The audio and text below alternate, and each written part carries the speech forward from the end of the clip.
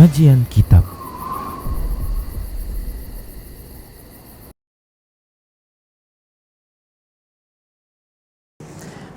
Assalamualaikum warahmatullahi wabarakatuh. Innal hamdalillah nahmaduhu wa nasta'inuhu wa nastaghfiruh wa na'udzu billahi min shururi anfusina wa sayyiati a'malina may yahdihillahu fahuwal muhtadi wa may yudlil falan tajida lahu waliyyan mursyida. Asyhadu an la ilaha illallah wahdahu la syarika lah wa asyhadu anna Muhammadan abduhu wa rasuluhu alladzi la nabiyya ba'dah. Faqala Allah subhanahu wa ta'ala ya ayyuhalladzina amanu taqullaha haqqa tuqatih wa la tamutunna illa wa antum muslimun. Wa qala 'azza man qala ya ayyuhalladzina amanu taqullaha wa qulu qawlan sadida yuslih lakum a'malakum wa yaghfir lakum dhunubakum wa man yuti'illaha wa rasulahu faqad faza fawzan 'azima. Ya ayyuhan nasu taqu rabbakumul ladzi khalaqakum min nafsin wahidah wa khalaqa minha zawjaha wa batha minhuma rijalan katsiran wa nisaa'a wattaqullaha alladzi tasaaluna bihi wal arham innallaha kana 'alaikum raqiba. Amma ba'du, nastaqal hadithi kitabullah wa khairal hadi hadi Muhammad sallallahu alaihi wasallam wa syarrul umur muhdatsatuha wa kullu muhdatsatin bid'ah wa kullu bid'atin dhalalah wa kullu dhalalatin finnar. Kaum muslimin dan kaum muslimat, para pemirsa Rosyad TV dan para pendengar radio Medan Mengaji dimanapun Anda berada, serta jamaah Masjid At-Taubah Jalan Perona Medan. Alhamdulillah kita bertemu di acara kajian Al-Mawsu'ah Al-Manahij Syar'iyyah. Yang lalu kita telah singgung terkait dengan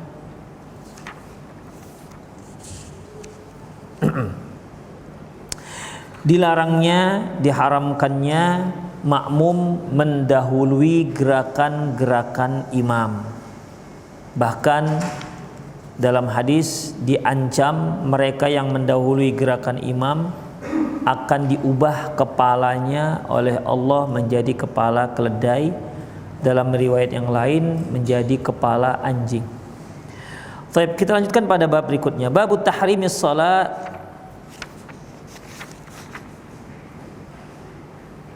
Demikian juga kita sudah bahas tentang tidak dibolehkannya sholat di antara dua tiang. Untuk malam hari ini, kesempatan pada malam hari ini kita akan bacakan babuz zajri anit tatawil imam wal makmum fi makanihi. Bab dicelanya imam dan makmum sholat sunnah di tempat dia melakukan sholat wajib. Di mana dia sholat wajib, maka dia jangan sholat sunnah di situ. Anil Mughirah bin Syu'bah radhiyallahu anhu qala, dari Mughirah bin Syu'bah radhiyallahu anhu dia berkata, qala Rasulullah sallallahu alaihi wasallam, Rasulullah sallallahu alaihi wasallam bersabda, la tusalli al-imam fil mawdi'il ladzi shalla fihi hatta yatahawwala. Janganlah seorang imam salat di tempat Janganlah seorang imam sholat di tempat dia tadi sholat sampai dia pindah ke tempat lain. Kalau dia tadinya di mihrab seperti kita ini, berarti dia cari tempat lain untuk sholat sunnahnya. Jangan dia tetap sholat di situ. Intinya, ketika dia mau melakukan sholat sunnah, maka hendaklah dia pindah, tidak melakukan di tempat dia sholat tadi. Kemudian hadis ini diriwayatkan oleh Imam Abi Daud dengan hasan li ghairihi. Kemudian ana Aliin radhiyallahu anhu, dari Ali bin Abi Thalib radhiyallahu anhu, qala, dia berkata, minas sunnati alla yatatawwa al imamu hatta yatahawwala min makanih. Termasuk sunnah seorang imam tidak salat sunnah hingga dia pindah ke tempat lain. Artinya dia jangan sholat sunnah di tempat dia melakukan sholat wajib. Itu ikhwah. Ya, mungkin selama ini kita sudah melakukannya, hanya mungkin ya karena kita kepingin pindah saja. ya kan? Pengen pindah. Tadinya kita di sini, pengen pindah begitu, cari situasi baru gitulah kira-kira. Ya, kita nggak tahu apakah yang kita lakukan itu sekedar pindah saja atau memang kita lakukan sesuai dengan sunnah Rasulullah. Ya kalau kita lakukan memang kepingin pindah, ya sekedar kepingin pindah, tidak apa-apa kan kita pindah ke tempat lain, ya untuk sholat sunnah. Bahkan kalau kita pindah ke rumah lebih bagus, karena Rasulullah SAW menyatakan bahwasanya afdalus salatu fil buyut illal maktubah. Sebaik-baik sholat yaitu di rumah, kecuali sholat wajib. Demikian. Ya kalau mau kita pindah di rumah itu akan lebih baik untuk sholat sunnah, ya, yang tidak dilakukan dengan cara berjamaah. Min fikhil bab, di antara fikih bab, 1. Yukrahu lil imami wal ma'mumi ay yatatawwa'a fi makanihi alladhi shalla fihi al maktubah. Dimakruhkannya baik bagi seorang imam maupun seorang makmum untuk melakukan sholat sunnah di tempat tadinya dia melaksanakan sholat wajib. Hatta yatakallama, sampai dia berbicara, au yatahawwal, atau dia pindah ke tempat lain, au yakhruj, atau dia keluar dari masjid, baru dia sholat sunnah. Demikian ikhwah. Ya sebagaimana yang kita katakan tadi, kalau dia melakukan hanya sekedar kebiasaan saja untuk mencari tempat yang baru, sekedar itu saja, maka tidak ada pahalanya. Tetapi kalau dia melakukannya memang atas asal sunnah, barulah dia dapat pahala dari Allah Subhanahu wa ta'ala. Demikian ikhwah azinallahu wa iyyakum. Sebagian orang ada yang berdalilkan dengan firman Allah, yauma idzin tuhadditsu akhbaraha. Yauma idzin tuhadditsu akhbaraha. Surat apa? Sering dengar kan? Iya. Surat apa? Surat apa, Bang? Yauma idzin tuhadditsu akhbar. Asy-Syams, ya. Siapa tadi yang bilang Asy-Syams? Bukan Asy-Syams, jauh kali. Hah? Zalzalah, sudah diikuti. Zalzul baru dapat gitu. Yauma idzin tuhadditsu akhbaraha. Pada waktu itu bumi menceritakan, mengabarkan beritanya, melaporkan beritanya.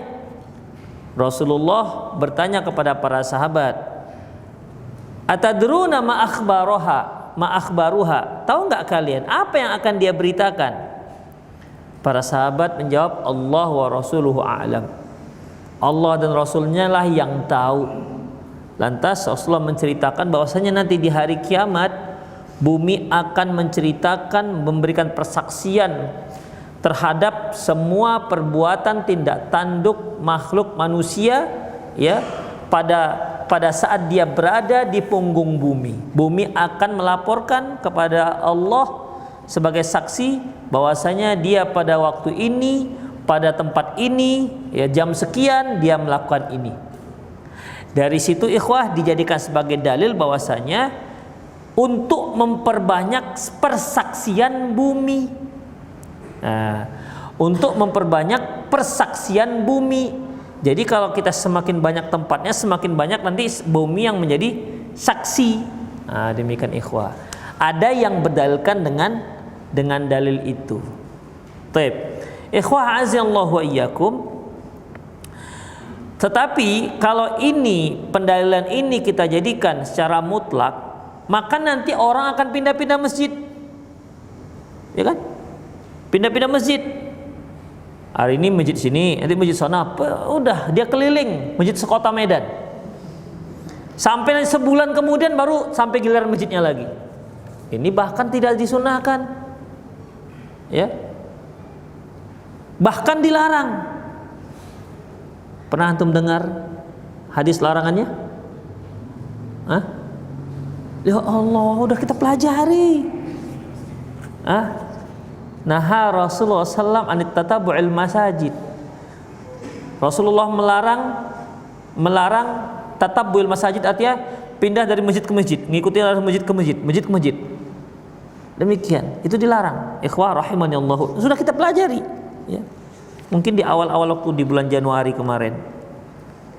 Itulah ikhwah azallahu iyyakum. Berarti tidak juga seperti itu cara prakteknya ya. Baik. Yang pertama tadi yaitu bahwasanya imam dan makmum dimakruhkan untuk sholat sunnah di tempat dia melaksanakan sholat wajib. Lantas bagaimana caranya? Dia pindah ke tempat lain ya. Entah bergeser ke kiri, bergeser ke kanan, atau ke depan, atau ke belakang, terserah, dia pindah. Atau dia bicara. Misalnya nggak ada tempat lain tuh, kecuali di situ, dia bicara. Nanti mau setelah sholat mau kemana? Makan, oke. Dah, sholat dia. Sampai dia ngomong dulu. Au yakhruja, atau dia keluar. Ya dia keluar. Sholat sunnahnya di rumah. Demikian, ikhwah. Ya, dia keluar, tapi nggak sholat sunnah, gimana? Nggak ada dalam bab ini. Nggak ada dalam bab ini. Ini bab ini dia mau sholat sunnah. Kalau dia maksudnya sampai dia pindah atau dia bicara atau dia keluar, maksudnya setelah itu dia sholat sunnah. Begitu. Sampai dia bicara, habis bicara pulang, ya sama aja, nggak masuk dalam pembicaraan. Ya. Jadi yang di sini yang dimaksud dia pindah dari tempat tersebut atau dia bicara atau dia keluar, setelah itu dia melakukan sholat sunnah. Nomor 2, yukrahu waslus salati bis salati dunna faslin bi kalamin aw intiqali. Dimakruhkan menyambung sholat dengan sholat berikutnya dengan tanpa ada pemisah, dengan tanpa dipisah dengan ucapan ataupun berpindah. Demikian. Jadi habis sholat kemudian kita sambung lagi dengan sholat berikutnya di tempat yang sama. Ini dimakruhkan. Nomor 3, farraqa ba'du ahli ilmi bainal imami wal ma'mum. Sebagian ulama ada yang membedakan antara imam dengan makmum. Fakarihu dzalika lil imam wa rakhasu lil ma'mum. Mereka katakan larangan itu hanya untuk imam, adapun makmum tidak. Makmum boleh. Ya, dia sholat sunnah di tempat dia sholat wajib. Wala farqa kama huwa dhahirul hadisil Muawiyah radhiyallahu anhu. Ya, ini pendapat yang kurang tepat. Yang seharusnya tidak ada perbedaan antara hukum imam dengan hukum makmum berdasarkan zahir hadis Muawiyah radhiyallahu anhu. Fa inna Rasulullah sallallahu alaihi wasallam amara bidzalik. Rasulullah sallallahu alaihi wasallam memerintahkan hal itu. Alla tusalus salata bis salati, agar jangan menyambung satu salat dengan salat berikutnya. Hatta natakallam au nakhruj, hingga kita bicara atau kita keluar. Jadi di sini hukumnya mencakup imam dan makmum. Memang ikhwah, di dalam hadis yang telah kita sebutkan di bab ini itu semua kaitannya dengan imam. Demikian, la yusallil imam, janganlah seorang imam salat fi maudhi'il ladzi shalla fihi, di tempat dia yang sudah salat, di tempat dia melaksanakan salat, hatta yatahawwala, sampai dia pindah, disebutkan imam.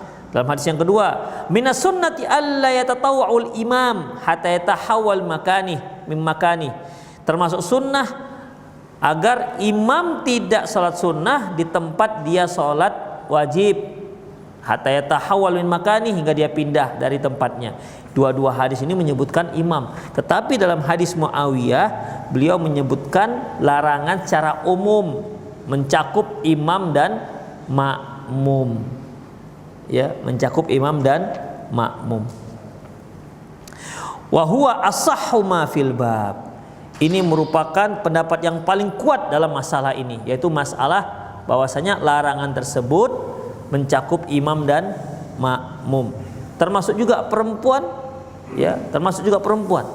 Tidak ada perbedaan hukum perempuan dengan hukum laki-laki. Jadi kalau dia sholat di rumah dia, ya si perempuan sholat di rumahnya, maka ketika dia mau sholat sunnah dia geser ke kiri atau geser ke kanan. Nah, jadi ini bukan hanya kaitannya dengan masjid, ya, karena larangannya adalah dilarang menyambung sholat dengan sholat.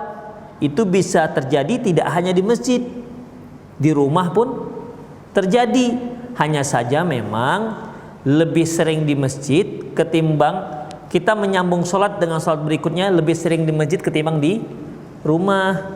Bahkan kalaupun mau kita sambung di rumah sholat sunnahnya, sampai di rumah nggak teringat lagi sholat sunnahnya, ya kan? Begitu sampai rumah yang teringat makan, begitu kan? Sampai di rumah datang anak kita, sudah nggak lagi sholat sunnah. Demikian, makanya banyak yang udahlah tuntaskan ini. Kalau kami pulang ke rumah nggak jelas itu statusnya, entah iya atau enggak nanti sholatnya, begitu, ya kan? Demikian ikhwah rahimanallahu wa iyyakum. Padahal sholat di rumah itu lebih besar pahalanya. Mungkin juga gara-gara itu ikhwah, ya, lebih besar apa namanya, lebih besar godaannya. Kalau di masjid kita lakukan sholat sunnah kan semua sholat, ya kan? Kadang-kadang kawan kita sholat, kita tadi nggak mau sholat, kawannya satu pergi kita, mereka sholat juga lah, gitu, ya kan gitu. Tapi kalau kita pulang ke rumah nggak ada yang sholat, demikian kita sendiri, yang lain makan, kita sholat, aduh lapar nih begitu kan, daripada habis makan aja dulu, habis makan sholat, nggak ada sholat juga.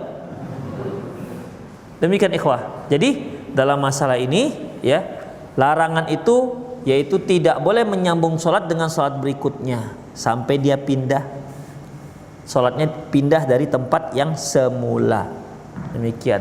Tidak usah jauh-jauh pindahnya, sampingnya, kirinya, nggak usah pindah ke masjid lain, tidak usah, jauh kali pindahnya. Berikutnya babun nahi anit tasfiq wa annahu lin nisa. Bab larangan bertepuk tangan, sesungguhnya itu untuk perempuan. An Sahl bin Sa'ad radhiyallahu anhu, dari Sahal bin Sa'ad radhiyallahu anhu, qala, dia berkata, qala Rasulullah sallallahu alaihi wasallam, Rasulullah sallallahu alaihi wasallam bersabda, mali arakum aktsartum at-tasfiq. Kenapa kulihat kalian banyak bertepuk tangan? Man rabahu syai' min salatihi falyusabbih. Barang siapa yang ingin mengingatkan imam, jika imam salah maksudnya dalam salatnya, falyusabbih, hendaklah dia bertasbih. Fa innahu idza sabbaha ultufita ilaihi.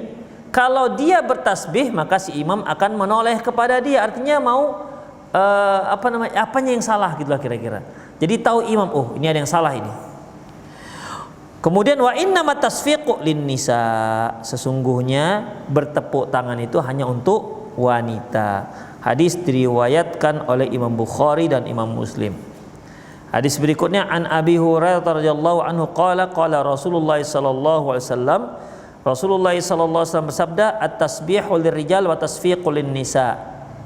Tasbih itu untuk laki-laki dan tasfiq, tepuk tangan, untuk perempuan. Itu apabila, ya, imam melakukan kesalahan, seharusnya dia ruku, dari i'tidal seharusnya dia turun untuk ruku, tapi ternyata dia langsung sujud. Iya. Masa sih dari i'tidal langsung ruku? Kalau antum imam dari i'tidal ke sujud, antum subhanallah, antum yang salah. Halo, antum bersama saya nih sekarang nih. Kok malah melamun gitu? Yang salah ini siapa? Imamnya apa yang mengingatkannya? Yang ingatkan. Ya kalau dia dari i'tidal, habis itu ya sujud, masa ruku? Demikian. Atau dia ruku begitu kan? Setelah i'tidal dia ruku, maka makmum kan harus ngasih tahu. Ini juga makmum yang memang dia memperhatikan sholat. Kadang-kadang makmum juga nggak tahu. Tiba-tiba subhanallah, apa tadi yang salah gitu. Si makmum nggak tahu. Demikian. Bahkan ikhwah pernah khilafiyah di kalangan para makmum. Jadi si imam itu ragu antara dia duduk dengan bangkit. Begitu dia duduk, kata makmumnya subhanallah, Oh, berarti ini harus bangkit. Bangkitlah dia. Subhanallah, kata imam yang lain. Bingung imamnya. Ini makmum yang mana yang betul? Saya pernah kejadian itu, sudah lama. Jadi bingung. Setelah sholat marah-marah makmumnya. Kalian ini macam mana kira-kira? Yang betul aja. Aku duduk subhanallah, aku bangkit subhanallah. Jadi yang betul yang mana? Begitu kan? Demikian. Makanya yang di belakang itu ikhwah, jangan sembarangan orang. Yang suka-suka melamun gak usah lah di belakang imam. Iya benar. Iya. Makmum imam baca qul huwallahu ahad, Allahu samad, tiba-tiba mengelupa, bisa aja ikhwah. Yang di belakang juga, apa tuh ya? Habis Allahu samad apa ya? Oh, dia juga melamun. Makanya ikhwah, Rasulullah katakan liyaliyani ulil ahlami wan nuha, hendaklah orang yang di belakangku itu yang cerdik dan yang cerdas. Jadi memang betul-betul dia memperhatikan. Ya, jadi apabila si imamnya salah dalam gerakan, ya, salah dalam gerakan, maka bagi makmum mengatakan subhanallah untuk puruan bertepuk, atau ya bertepuk. Ya tentunya agar imam mendengar. Jadi kalau imam mendengar tepukan itu, berarti ini sedang ada kesalahan. Demikian. Ya. Memang kadang-kadang yang anak-anak gitu kan bertepuk, dia dikira imam ini ada yang salah. Baik. Kecuali kalau ada kesalahan bacaan. Ya. Kalau ada kesalahan bacaan tidak bertasbih tetapi diingatkan. Pernah Rasulullah SAW lupa dalam membaca ayat, sahabat gak ada yang membenarkan, gak ada yang memberitahu apa ayat selanjutnya. Setelah selesai sholat, beliau melihat Zaid bin Thabit. Lantas Rasulullah bertanya, ya Zaid, shalaita ma'ana? Apakah kamu tadi sholat bersama kami? Iya ya Rasulullah. Lantas mengapa engkau tidak mengingatkan bacaanku? Nah, demikian. Berarti kalau untuk kesalahan bacaan kita ingatkan bacaannya, ya, kita ingatkan bacaannya. Seperti misalnya dia baca sabbihisma rabbikal a'la alladzi khalaqa fasawwa. Nanti kan ada wal akhiratu khairu wa abqa. Inna hadza lafis suhufil ula suhufi Ibrahim wa Musa. Tapi ketika membaca wal akhiratu khairu wa abqa, berubah wal akhiratu khairul laka minal ula. Wala saufa yu'tika rabbuka fatardo. Bingung imam belum. Ini tadi rasanya awalnya sabihis, kok larinya ke wadduha gitu kan. Ikhwah, ini perlu ada yang ingatkan. Ya, ada yang ingatkan. Demikian. Kadang-kadang kita ikhwah jadi imam, kita sudah hafal sekali. Ketika kita baca bisa hilang, blank. Kok lupa begitu? Bisa seperti itu. Makanya perlu makmum yang di belakang juga perhatian dengan bacaan. Itu dia ikhwah, rahimani Allah wa iyyakum. Bisa blank. Yang bacaan sabbihis yang sudah hampir sering dibaca bisa tiba-tiba blank. Demikian. Makanya bukan satu hal yang aneh kalau ada yang lupa. Wong Rasulullah aja lupa begitu. Tapi tentunya Rasulullah lupanya kan sangat jarang. Kalau kita sering-sering lupa emang parah lah itu namanya. Itu ikhwah. Ya. Sama seperti ini ikhwah ketika kita membaca surat Idza syamsu kuwirat. Kan di akhir ayat itu kan falahum ajrun ghairu mamnun, ya. Lahum ajrun ghairu mamnun, itu kan yang terakhir. Nanti ada bisa kalau di surat Wadduha watin. Watin. Lahum ajrun fama yukadzibuka ba'du biddin, bisa lari ke sana. Kok bertambah larinya kan gitu. Harusnya udah selesai. Falahum ajrun ghairu mamnun selesai. Demikian juga seperti alaihim narum muqsadah. Ada juga kan? Nanti bisa lari ke yang lain, ke Idza zulzilatil ardu, bukan. Setelah alhaqum takatsur, wailul likulli humazatil lumazah. Bisa lari ke sana. Ya. Alaihim narum muqsadah. bisa lari fi amadin mumaddadah, sama-sama alim narum muqsadah. Demikian. Jadi oleh karena itu makmum perlu ada yang memperhatikan dan mengingatkan imam. Ya. Kemudian ikhwah rahimani Allah wa iyyakum. Tentunya yang mengingatkan imam ini haruslah orang-orang yang memang dia benar-benar faham untuk mengingatkan, dan dia jelas yakin ini salah dan dia tahu apa yang benar. Kalau dia sendiri nggak yakin, jangan. Ya, kalau dia sendiri nggak yakin, jangan. Kadang-kadang makmum itu pun ketika mau membenarkan, dia tahu ini salah, tapi ketika dia membenarkan dia sendiri ragu. Saya sering itu ikhwah. Ya. Jadi dia dapat ujung awalnya, tapi di ujungnya dia masih ragu. Demikian. Misalnya kita baca sabbih isma rabbikal a'la alladzi khalaqa fasawwa. Kita baca sabbih isma rabbikal a'la, seharusnya kan alladzi khalaqa fasawwa, tapi lompat walladzi qaddara fahada. Sabbih isma rabbikal a'la walladzi qaddara fahada. Berarti kan ada yang tinggal tuh satu.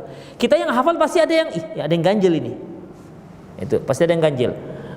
Ada yang mengingatkan tetapi tidak jelas. Sabbih isma rabbikal a'la alladzi khalaq. Demikian. Saya ada beberapa kali ikhwah sering begitu. Jadi sampai saya ulangi sabbih isma rabbikal a'la supaya dia ingat. Ya, saya blank. Ya. Dia ingatkan lagi alladzi khalaq. Makanya kalau nggak yakin jangan ingatkan imam, diam saja. Itu buat rusak pikiran imam. Akhirnya satu surat lupa. Iya, satu surat lupa ikhwah gara-gara antum. Demikian, ini udahlah kalau nggak ingat udah. Demikian, bisa satu surat lupa. Itulah dia ya lupa tersebut.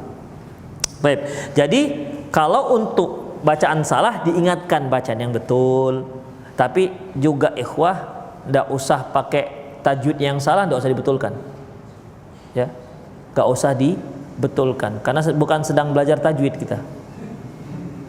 Udah.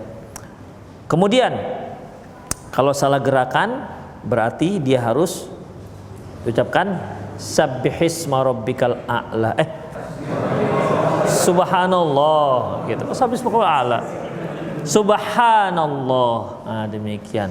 Bagaimana kalau imamnya nggak tahu yang mana salahnya? Pernah kan ada juga kejadian ini depan saya. Jadi bingung, imamnya apa yang salah?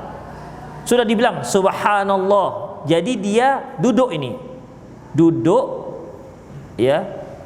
Habis duduk seharusnya dia sujud. Dia duduk seperti duduk ini mau bangkit atau sujud, begitu. Jadi ragu imamnya. Maka makmum katakan subhanallah. Tapi kan dia nggak tahu yang mana, apakah bangkit atau sujud. Karena nggak bergerak-gerak, makmumnya bilang di belakang sujud. Itu betul, itu asli. Itu kejadian, bukan dongeng, kejadian. Sujud katanya. Astagfirullah. Itulah ikhwah. Unik lah pokoknya kalau jamaah-jamaah ya kan. Kejadian-kejadian yang kita juga makmum sebenarnya bingung mau bilang apa, kan nggak mungkin. Pak sujud, kita lagi sholat ini. Ya bisa batal sholat kita. Demikian ikhwah. Taib. Min fiqhil bab. Qaulu sallallahu alaihi wasallam innamat tasfiqu lin nisa. Sesungguhnya bertepuk tangan itu untuk perempuan. Yadullu ala man'ir rijal minhu mutlaqan. Menunjukkan bahwasanya laki-laki mutlak tak boleh bertepuk tangan. Wa nahim an dzalik, dan dilarang. Makanya ketika Syekh bin Bas ditanya apakah boleh ketika murid dia mendapatkan sebuah prestasi atau dia melakukan satu hal yang menyenangkan, boleh nggak murid yang lain memberikan tepuk tangan misalnya, ya. Beliau menjawab, ikhwah, bahwasanya tidak dibolehkan, karena bertepuk tangan itu adalah tata cara ibadahnya orang musyrik Quraisy pada waktu itu. Allah Subhanahu wa taala firman, "Wa ma kana salatuhum 'indal baiti illa muka'aw wa tasdiyah."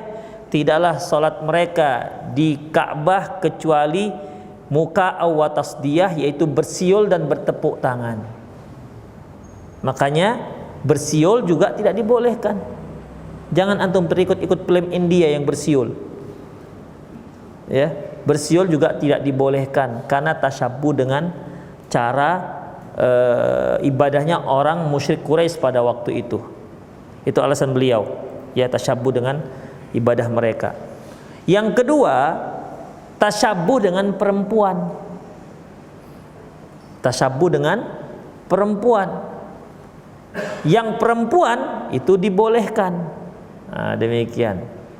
Makanya jawabannya tidak dibolehkan. Jadi kalau antum main bola atau nengok bola, ada yang gol, jangan tepuk tangan. Jadi apa yang harus kita lakukan? Allahu Akbar gitu. Gol, subhanallah gitu. Jangan tepuk tangan. Ya, jangan tepuk tangan. Demikian. Tapi main bolanya yang syar'i, ya. Bola syar'i. Maksudnya yang pakai jangan buka aurat, pakai celana panjang, begitu. Jangan taruhan. Jangan kalau benturan, berantem, begitu. Sabar. Bentur, saya maafkan. Ya maafkan, maaf. Gitu. Jadi itu main bola persahabatan. Kepijak kakinya dengan sepatu yang berduri itu, sabar. Biru kan itu, sabar. Ya kawan pakai sepatu itu, dia pakai kaki ayam. Demikian. Jadi dalam masalah ini ikhwah rahimanallahu wa iyyakum, tidak dibenarkan bertepuk tangan dan bersiul kecuali untuk perempuan. Allahu a'lam bissawab. Nomor 2, tasfiqus sunnatun nisa fis salati idza naba wahidatun minhunna syai'un fis shalah. Bahwasanya bertepuk tangan merupakan sunnahnya, aturannya untuk wanita, sunnahnya kaum wanita dalam salat apabila salah seorang mereka ingin mengingatkan kesalahan seseorang dalam salatnya. Itu ikhwah rahimanallahu wa iyyakum. Kita masuk dalam bab berikutnya. Babu taghlidzi zajri anit tarkil jum'ah li ghairi udhrin. Bab sangat dicelanya mereka yang meninggalkan salat Jumat dengan tanpa udzur. An Abdullah bin Mas'ud radhiyallahu anhu anna Nabiy sallallahu alaihi wasallam qala. Dari Abdullah bin Mas'ud radhiyallahu anhu bahwasanya Nabi sallallahu alaihi wasallam bersabda, qala liqaumin yatakhallafuna 'anil jum'ah. Di mana beliau berkata terhadap kaum yang enggak salat Jumat. Apa kata beliau? Laqad hamamtu an amara rajulan yusalli bin nas. Aku ingin sekali menyuruh seorang laki-laki untuk mengimami orang untuk salat. Summa ahriku alayya ala rijalin yatakhallafuna 'anil jum'ati buyutahum. Kemudian sementara aku pergi ke rumah orang yang enggak salat Jumat dan kubakar, dan aku bakar rumah-rumah mereka. Hadis diriwayatkan oleh Imam Muslim. An Abi Hurairah radhiyallahu anhu, wa Ibnu Umar radhiyallahu anhu, annahuma sami'a Rasulullah sallallahu alaihi wasallam yaqul, bahwasanya Abu Hurairah dan Ibnu Umar pernah mendengar Rasulullah bersabda ala a'wadil mimbar, di atas mimbar.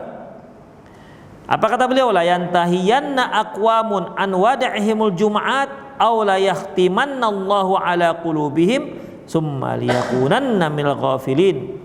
Hendaklah orang-orang menghentikan perbuatan mereka yang tak salat Jumat, atau Allah akan kunci hati mereka, kemudian mereka termasuk orang-orang yang lalai. Hadis diriwayatkan oleh Imam Muslim. Dari Abil Ja'ad Ad-Dumari radhiyallahu anhu, qala, dia berkata, qala Rasulullah sallallahu alaihi wasallam, man tarakal jum'ata salasa marratin, barang siapa yang tak salat Jumat 3 kali tahawunan karena anggap sepele, enggak apa-apa lah enggak salat gitu. Taba Allah ala qalbih, Allah akan kunci mati hatinya. Wa fi riwayatin, di riwayat yang lain, man tarakal jum'ah salatan min ghairi udhrin fahuwa munafiq. Barang siapa yang tak salat Jumat 3 kali dengan tanpa udzur, dengan tanpa alasan syar'i, maka dia munafik. Hadis diriwayatkan oleh Ibnu Hibban dan Ibnu Khuzaimah. An Abi Hurairah radhiyallahu anhu qala dia berkata, qala Rasulullah SAW, Rasulullah bersabda, ala hal asa ahadukum ayattakhidha subbata minal ghanami ala ra'si mail au milaini. Bisa saja salah seorang kalian ya membawa subbah dari kambing. Subbah itu rombongan kambing 20 atau 30 ekor. Itu subbah namanya. Subbah. Iya, 20 sampai 30 ekor. Kelompok kambing itu tidak hanya kambing, bisa juga unta, bisa juga kuda. Jadi kalau rombongan kambing itu antara 20 ke 30 namanya subbah dalam bahasa Arab. Bisa saja salah seorang kalian sedang mengembalakan kambing sebanyak subbah, artinya 20 sampai 30. Ala ra'si mil au milain, yaitu sejauh 1 mil atau 2 mil. Fa yata'adzara 'alaihil kala. Kemudian ternyata mereka enggak mendapatkan tempat pengembalaan. Sudah berjalan digembalakan kambingnya sejauh 1 mil, namun tak juga dapat rerumputan. Fayartafi'u, kemudian mereka naik lagi semakin jauh. Summa taji'ul jum'ah fala taji, kemudian datang Jumat, tapi mereka enggak sholat Jumat. Namanya juga sedang mengembalakan kambing, ya. Karena semakin jauh dari kota, di pedalaman kan tidak ada masjid. Sementara ini kambing harus kasih makan. Udah, jadi digembala 1 mil nggak ada, 2 mil nggak ada, 3 mil begitu. Semakin jauh, akhirnya dia tidak sholat Jumat. Kemudian datang Jumat, masuk hari Jumat, dia nggak sholat. Wala yashhaduha, dia nggak ikut. Wajajiul Jum'ah, fala yashhaduha. Kemudian Jumat berikutnya dia nggak masuk juga, nggak ikut juga. Watajiul Jum'ah, fala yashhaduha. Sampai Jumat yang ketiga dia juga nggak masuk. Hatta yataba ala qalbih, sampai Allah akan mengunci mati hatinya, artinya tidak ada masalah lagi nggak sholat Jumat. Begitu ikhwah. Jadi orang kalau sudah nggak ada masalah bagi dia tidak sholat Jumat, itu masalah hati yang sangat kronis. Hati-hati. Makanya kalau ada orang yang sekali nggak sholat Jumat, mungkin bergetarlah hatinya kan, dikarenakan satu hal. Kalau dia masih perturutkan, mungkin dikarenakan kerjaan, untuk memenuhi target, atau dia supir angkot misalnya kan, hari Jumat dia sementara pas mau mendekati Jumat semakin banyak pula penumpang. Begitu ikhwah. Kita waktu dulu servis jam di Kampung Lalang, itu kalau udah mendekati azan zuhur baru datang itu pasien. Begitu. Dari pagi kita nunggu sampai putih mata menanti, nggak datang. Begitu 5 menit mau azan zuhur datang, Pak, datang lagi 2, 3, masya Allah, itu betul godaan. Demikian ikhwah, mau ditolak belum buka dasar, itu dia. Ini nampaknya masuknya bagus ini ikhwah, tapi begitulah cobaan ikhwah, ya. Nah, kalau yang tukang pengembala ini begitu. Dia mengembalakan kambingnya. Kalau kita di sini kan nggak ada mengembalakan kambing. Memang orangnya yang mencari rumput, ya, kemudian dibawa ke kandang kambing. Makanya kambingnya itu ya kambing kandang. Kalau di sana itu kambingnya ya dibawa jalan-jalan. Dibawa jalan bisa 100, bisa 200 begitu kambingnya. Demikian ikhwah rahimanallahu wa iyyakum. Ya kalau mereka lagi lewat, itu kambing bisa memenuhi jalan. Itu di sana. Demikian. Kalau pelihara 1 ekor kambing, itu enggak pengembala kambing namanya. Itu untuk makan kambing namanya. Ya. Inilah dikarenakan pekerjaan, artinya ikhwah, alasan pekerjaan tidak bisa dijadikan sebagai udzur syar'i, boleh meninggalkan sholat Jumat. Dari Ibnu Abbas radhiyallahu anhu qala man tarakal jam'ah salasa jum'ain mutawalian faqad nabadal Islam wara'a dhahri. Barang siapa yang tak salat Jumat sebanyak 3 kali berturut-turut, berarti dia telah mencampakkan Islam ke belakang punggungnya. Hadis diriwayatkan oleh Imam Abdul Razak dan Abu Ya'la. Min fiqhil bab, insyaallah kita bahas pada kajian yang akan datang. Demikian ikhwah, aku qouli hadza wa astaghfirullah li wa lakum wasal muslimin innal ghafurur. Bagi ikhwan yang ingin bertanya silahkan, bagi pemirsa yang ada di rumah karena ada sedikit kesalahan teknis tidak bisa interaksi langsung melalui via telepon, tapi chat bisa. Via chat bisa. Juga tidak. Ya, baik untuk para pemirsa yang ada di rumah, ya, untuk malam hari ini mohon maaf karena sedikit kesalahan teknis, tidak bisa bertanya langsung melalui via telepon maupun via chat. Jadi sepertinya ini eksklusif untuk jamaah yang ada di masjid. Silakan bagi antum yang ingin bertanya, fadhol. Fadhol, ya. Ya.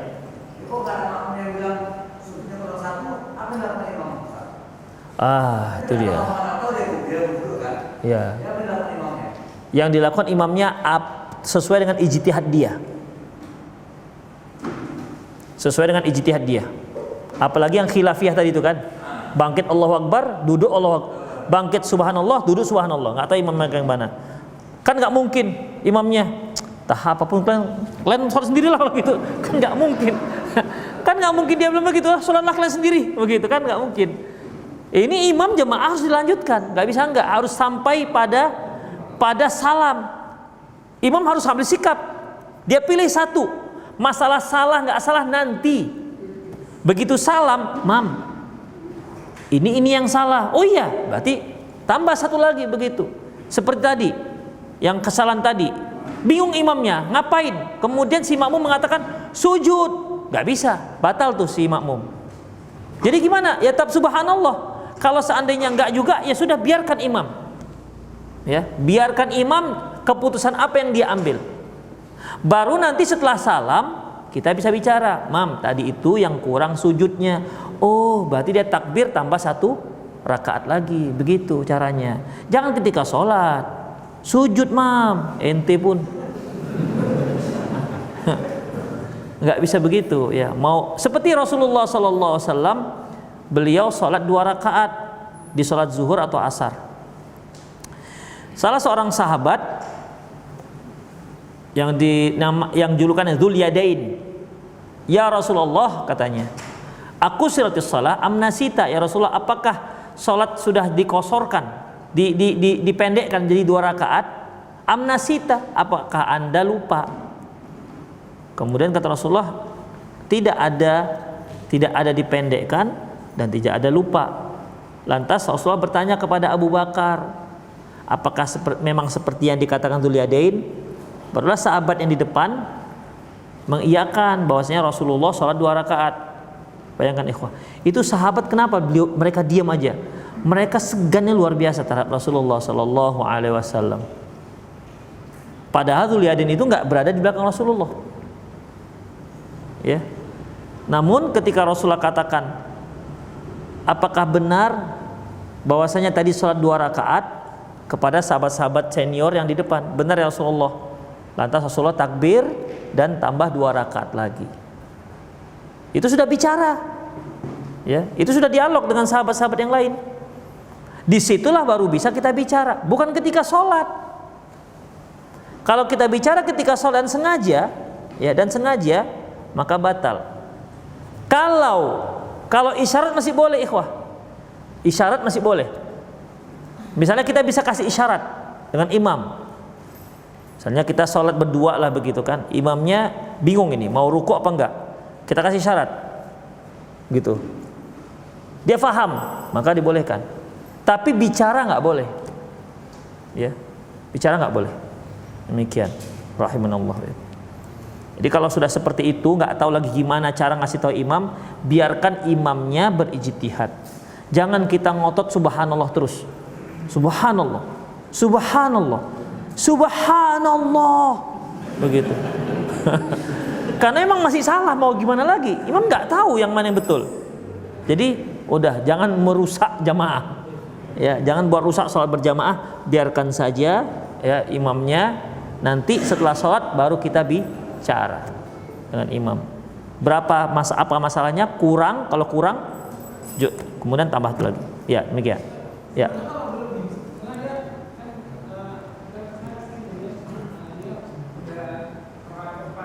Ya. Ya subhanallah. Kita ikut. Imam sudah 4 rakaat. Ya. Seharusnya kan dia tasyahud akhir. Tapi dia bangkit. Kita sudah subhanallah. Sebelah kita juga subhanallah. Sebelah kita subhanallah, 3 orang subhanallah. Tapi imam enggak peduli. Dia merasa dia betul. Demikian. Lantas apa yang kita lakukan? Salah lah imam, biarkan aja lah. La ta'ata fi makhluqin fi ma'siyatil khaliq gitu. Tidak ada ketaatan dalam rangka mendurhakai Allah. Begitu. Enggak bisa. Imamnya salah, kita pun udah, kita duduk aja. Duduk kita ya, gitu kan. Ya. Jadi keliru kalau dia duduk. Dia yakin dia benar, betul. Tetapi karena imam mengambil keputusan dia harus berdiri karena dia menganggap dia nggak salah, maka makmum wajib untuk ikut. Nggak bisa dia berprinsip kita nggak boleh mengikuti imam yang salah. Kalau seperti itu dibiarkan, yang lain berdiri, sebahagian ada duduk, begitu kan? Nanti sebagian lagi inisiatif salam sendiri. Kacau jadinya sholat ikhwah. Jadi gimana? Ikuti imam sampai selesai. Begitu dia selesai, baru kita boleh bicara dengan imam. Mam, tadi 5 rakaat. Yang lain gimana betul? Iya mam, 5 rakaat. Jadi gimana? Imam takbir, kemudian sujud sahwi 2 kali, kemudian salam. Itu caranya. Ya. Jadi intinya, kalau imam sudah yakin dia melakukan, kita makmum wajib untuk ikut. Ada lagi? Ya. Yang kalau kita udah masuk di saf pertama, siapa orangnya tidak perlu digeser, Ustaz ya. Ya. Tapi kalau misalnya yang di belakang imam itu orang yang tidak berkompeten, gitu. Tapi ada orang yang harusnya di belakang tadi, dia bilang kamu ke belakang aja, saya di belakang. Itu boleh? Boleh.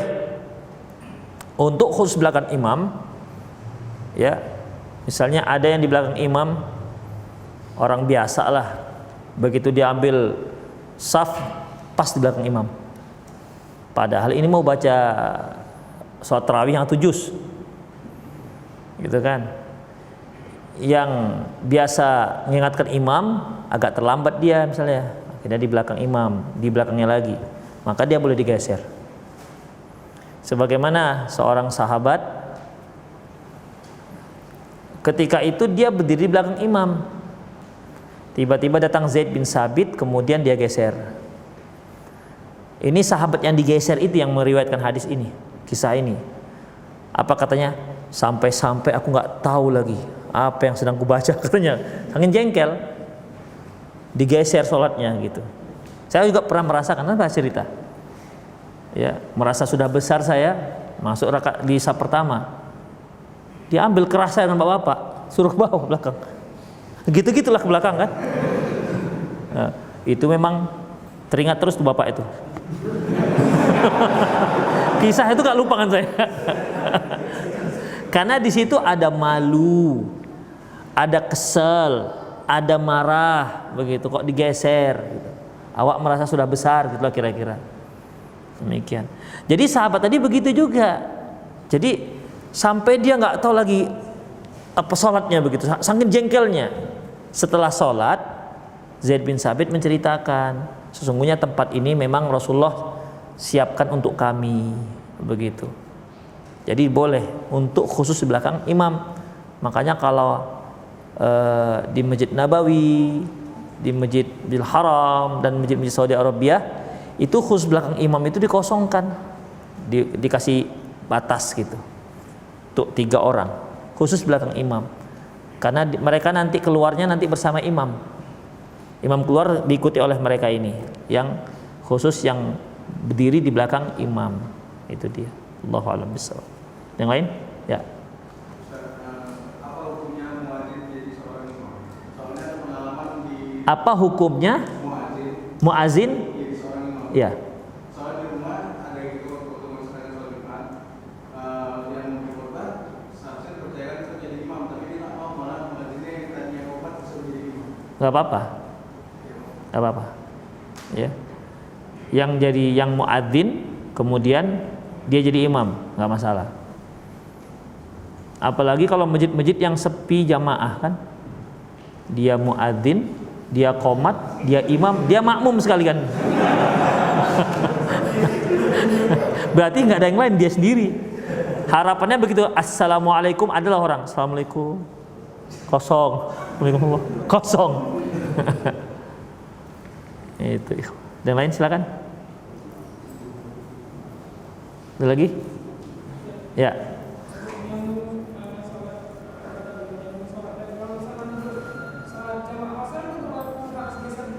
Gimana?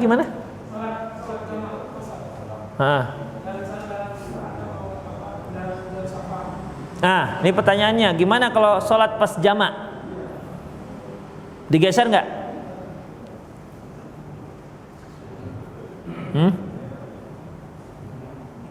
Geser nggak? Nggak. Alasannya? Oh, nggak ada alasan. Kalau menjamak sholat digeser nggak? Nggak. Alasannya? Iya. Apa? Iya, karena itu diikuti sholat wajib yang diikuti dengan sholat sunnah. Kalau itu kan wajib dengan wajib. Demikian. Itu yang pertama. Yang kedua, kan sudah ada qomatnya. Kalau kita menjamak kan ada qomat diantaranya. Berarti kan sudah ngomong. Tadi dikatakan janganlah seorang itu sholat, janganlah menyambung sholat dengan sholat yang lain, ya.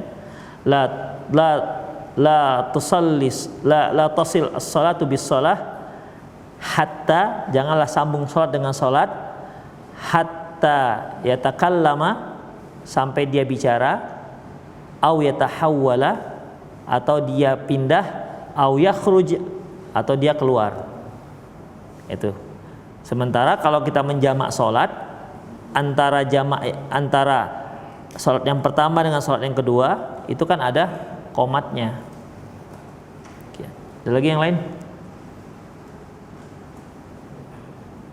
Ya, silakan. Antum yang malu-malu tulis-tulis pakai biasa juga nggak apa-apa, ditulis di kertas. Pada saat kita sedang sholat, Ya. Tiba-tiba di rakaat yang kedua imam itu tidak mampu berdiri, jadi sholatnya duduk. Ya. Sehingga makmumnya terpecah jadi dua. Ada satu yang sebagian yang berdiri, ada sebagiannya Duduk. Nah, setelah sholat baru kan terjadi perdebatan. Kenapa kalian tidak ikut imam? Nah, sebagian mengatakan kami kan mampu, imam kan nggak mampu, tapi tetap berdiri aja. Iya. Sholat. Mohon penjelasan. Oke. Pertanyaannya, imam tadinya berdiri, tiba-tiba imam oyong, gitulah kira-kira Pak ya. Dan dia akhirnya sholatnya duduk, lanjutkan sholatnya duduk. Kemudian terpecahlah makmum, sebagian sholat duduk ikut imam, sebagian lagi sholat berdiri karena merasa kami nggak sakit, yang sakit itu kan imam. Demikian. Jawabannya ikhwah rahimanallah wa iyyakum, suatu hari Rasulullah sallallahu alaihi wasallam sholat keluar dan beliau sholatnya duduk, ya, beliau sholatnya duduk. Lantas beliau melirik ke sahabat, ke makmumnya, melirik gini. Ternyata makmumnya sholat berdiri. Fa'asyara ilaihim an ijlisu. Kemudian beliau mengisyaratkan supaya duduk. Maka duduklah sahabat. Setelah sholat, Rasulullah mengatakan, laqad kittum an taf'alu misla ma fa'ala al-fars war rum. Kalian hampir saja melakukan satu perbuatan seperti perbuatan orang-orang Romawi dan orang-orang Farsi, di mana rajanya berdiri, mereka, di mana rajanya duduk, mereka berdiri. Kemudian beliau katakan, innama ju'ilal imam liutamma bihi. Imam itu dijadikan untuk diikuti. Idza kabbara fakabbiru. Apabila imamnya bertakbir, maka takbirlah kalian. Wa idza raka'a farka'u. Kalau imamnya ruku', rukuklah kalian. Wa idza shalla jalisan fasallu julusan ajma'in. Apabila imamnya salat duduk, maka salatlah kalian semuanya duduk. Jadi di sini walaupun makmumnya tidak sakit, namun karena imamnya salatnya duduk, maka makmumnya juga harus ikut salat duduk. Dari sini juga dapat kita ambil kesimpulan bahwasanya memang pentingnya imam rotib.